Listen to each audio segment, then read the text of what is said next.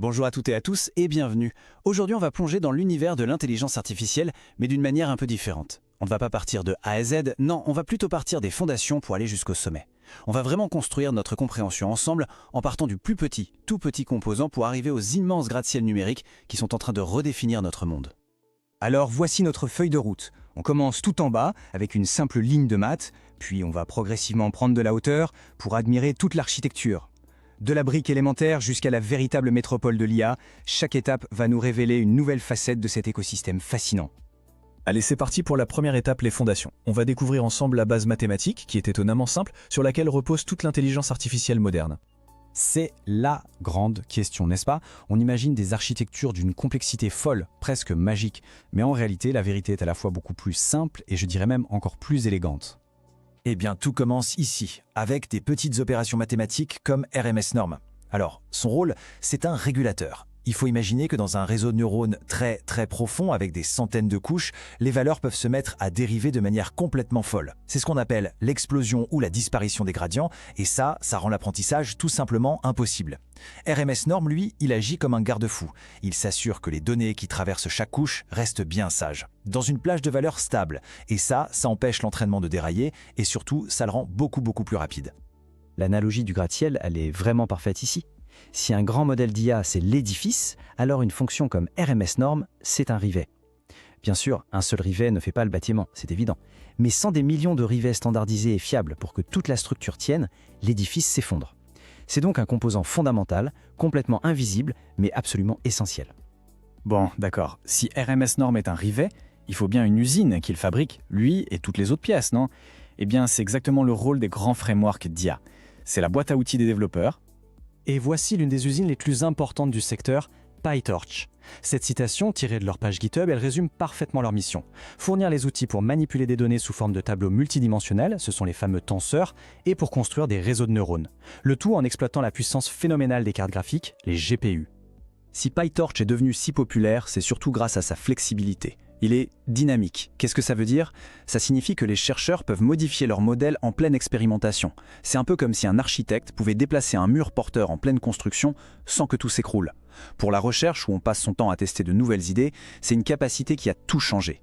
C'est cette agilité, combinée à une vitesse brute, qui en a fait la plateforme de choix pour l'innovation en IA. Ok, maintenant qu'on a nos rivets et notre usine, il est temps de lever les yeux et d'admirer les structures monumentales qu'on peut construire avec tout ça, les fameux grands modèles de langage, les LLM. Et là, on va commencer à admirer les gratte-ciels. Voici Mistral 7B, avec ses 7 milliards de paramètres. Pour faire simple, un paramètre, c'est comme un bouton de réglage que le modèle a tourné des milliards de fois pendant son apprentissage pour trouver la meilleure configuration possible. 7 milliards de réglages, c'est un chiffre qui déjà donne le vertige. Et on ne fait que commencer à grimper. La première famille de modèles Llama, développée par Meta, pouvait monter jusqu'à 65 milliards de paramètres. Là, on a presque multiplié l'échelle par 10, on ne joue plus du tout dans la même cour.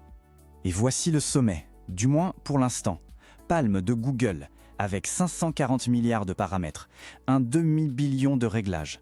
La complexité de ces structures est à peine imaginable. Et chacune est capable de prouesses que les modèles plus petits ne peuvent tout simplement pas accomplir, comme du raisonnement complexe ou la génération de code très spécialisé. Mais regardez bien ce tableau, parce qu'il raconte une histoire beaucoup plus subtile. La taille brute ne fait pas tout. Prenez la première ligne. Mistral 7B, avec seulement 7 milliards de paramètres, fait mieux que Llama 2 qui en a presque le double. Et la deuxième ligne est encore plus parlante. Llama 13B a montré qu'il pouvait surpasser GPT-3, qui était pourtant 10 fois plus massif. La conclusion est claire, le but ce n'est pas de construire le plus grand gratte-ciel, mais le plus efficace. Jusqu'à présent, on a parlé de gratte-ciel individuels, mais ces structures, elles ne sont pas isolées. Non, elles font partie d'une immense métropole mondiale, très animée, où les plans, les matériaux et même les modèles finis sont partagés, améliorés et rendus accessibles à tout le monde. Ce chiffre est juste sidérant. On vient de parler d'une poignée de modèles géants conçus par quelques grosses entreprises, mais en réalité, il existe plus d'1 million de modèles et de variantes en libre accès sur le hub de Hugging Face. Ça montre bien l'ampleur de l'effort collaboratif de la communauté mondiale. Voilà comment Hugging Face se décrit. Eux, ils ne construisent pas les gratte-ciels. Non, ils ont bâti la bibliothèque publique universelle où tous les plans d'architecture sont archivés et partagés. C'est devenu le portail central du monde de l'IA.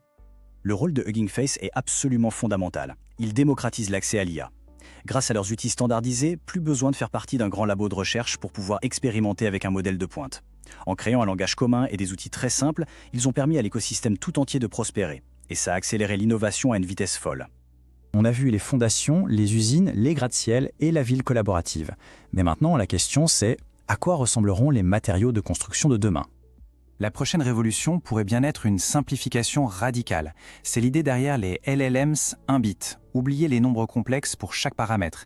Imaginez que chaque réglage ne puisse être que -1, 0 ou 1. Et ce qui est fou, c'est que la recherche montre que ça pourrait donner des performances similaires, mais pour une fraction du coût en calcul et en énergie. Ça ouvre la porte à un avenir avec des puces spécialisées, incroyablement rapides et économes, conçues juste pour ces opérations ultra simples. L'IA de pointe pourrait alors s'intégrer partout sans forcément dépendre du cloud. Et voilà, la boucle est bouclée. On a commencé avec une formule toute simple et on termine avec la promesse de briques de construction encore plus élémentaires. Quelles applications qu'on n'imagine même pas aujourd'hui verrons-nous apparaître lorsque des modèles surpuissants pourront fonctionner non pas dans d'immenses data centers, mais sur nos objets du quotidien? C'est la question passionnante qui va définir la prochaine ère de l'intelligence artificielle. Merci d'avoir suivi ce décryptage.